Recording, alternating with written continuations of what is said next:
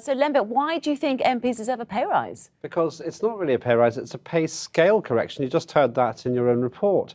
What happens is MPs get really scared to talk about salary because they just keep getting it into the neck all the time from the media and from the public. You feel sorry for them? A little bit, yeah, because they fall behind, and then this kind of maelstrom occurs. Remember that they tried to make this independent. That's why the IPSA was set up in the first place, but they can't win. There is a lack of courage in Parliament. 2/3 of MPs privately agree with this. But I, as an ex-MP, am one of the few people willing to come into a studio to talk about it. And that's the real problem. It's the public relations, not the fee. Ian, why shouldn't they get a pay rise? MPs really should be paid the same amount as an average member of the public. They should have the same concerns. They should have the same difficulties. They should face the same struggles with the cost of living. The moment that they're hidden away from the stresses and strains of normal life, and when you start paying them salaries that are 2-3 times the average wage, they're protected from what normal people go through. They're not relating to our concerns. They're not having to go through the same struggles as us. And that puts them in a distant, elitist position. It spells very bad things for our democracy. That's a ridiculous argument. If you say that, then presumably MPs should have the same hours of work, for example, 35, 37 hours a week.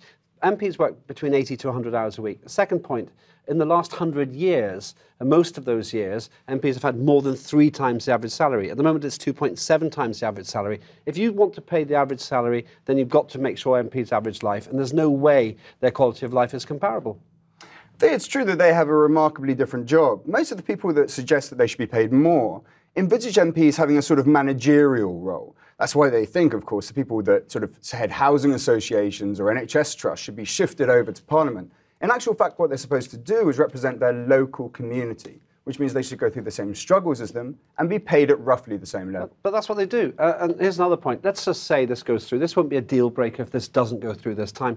But eventually we'll get back to the situation where MPs come from the landed gentry, people who do it as a hobby because they can afford to do it. If that's what you want, then go right ahead with your theory. Yeah, no, I think that's go right ahead with that theory. I mean, for instance, people in Tesco's certainly don't get paid 60 grand, and yet, strangely enough, the people that work in the supermarket don't come from the landed gentry either. This idea that only the very rich would do it at a salary as meagre as 60 grand is quite foolhardy. That's a ludicrous argument. I've been in there, spent 13 years there. It's not a normal job. And the worst thing about it is that you're making it sound like MPs don't actually pay a cost for being an MP. You think it's a glamorous job. And 80% of what MPs do doesn't get reported, and it's certainly very hard. We've had lots and lots of tweets about this. No one agrees with the pay rise. Afsal Mia says normal working class people should get a pay rise. The country can then seriously move forward. Angela Riley says it's another slap in the face to us.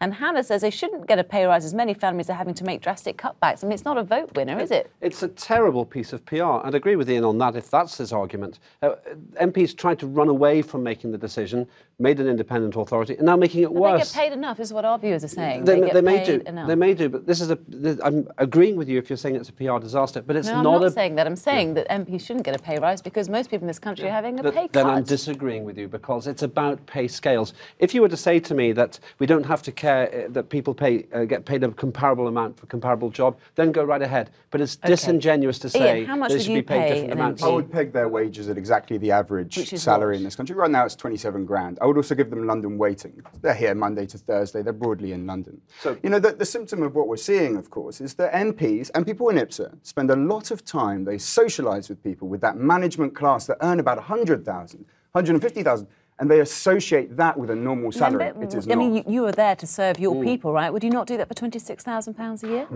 I may have done, but if I had a family and it was going to break the family, then I wouldn't. But even simpler than that, if you take that approach, you go back to pre-1911 days, because ever since then, we've actually recognised that the job might be worth about 3 times the average salary and still 20% less than a comparable job in this country.